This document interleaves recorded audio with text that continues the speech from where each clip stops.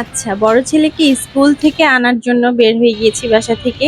ভেবেছিলাম আজকে একটু ভিন্নভাবে যাই, তাই পার্কের ভেতর দিয়ে হাঁটছি। আসলে সকাল দিকে পার্কটা বেশ ফাঁকা থাকে, তাই আমার হাঁটতেও খুব ভালো লাগছিল।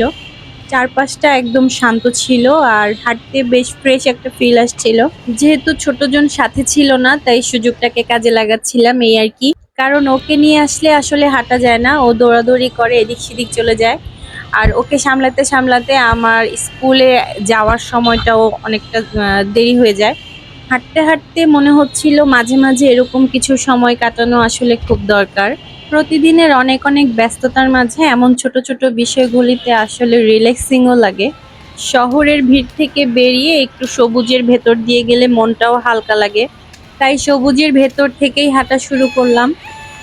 তারপর স্কুলে গেলাম, মারিচকে নিলাম অ্যান্ড ওকে জিজ্ঞেস করলাম যে পার্কের ভেতর দিয়ে যদি হেঁটে যেতে চাই তাহলেও যেতে পারবে কিনা। ও একদম সাথে সাথেই হ্যাঁ বলে দিল, কোনো দিক চিন্তা না করে, পার্কের ভেতর দিয়ে আসার কথা শুনে। তারপর আবার স্কুল থেকে মা ছেলে দুইজন আবার পার্কের ভেতর দিয়ে বাসায় আসা শুরু করেছি। পুরো পার্কটা বেশ ভালোভাবে এসেছি, কোনো প্রবলেম করেনি। প্রবলেমটা হলো একদম শেষ মাথায় এসে, মানে একদম আমার বাসার আসার ১ মিনিটেরও কম সময় বাকি ছিল, তখন ছেলে বলল যে আম্মু আমি আর হাঁটতে পারছি না, আমার তো পা ব্যথা করছে। এমন একটা সময় যখন রিক্সা নেওয়ারও আর কোনো পসিবিলিটি ছিল না। তো তখন আমারও কিছুটা টায়ার্ড লাগছিল, যেহেতু হেঁটে গিয়েছি হেঁটে এসেছি। তো আর কিছু করার ছিল না। এই ছিল আমার সেদিনকার ব্লগ, আপনাদের সাথে শেয়ার করলাম।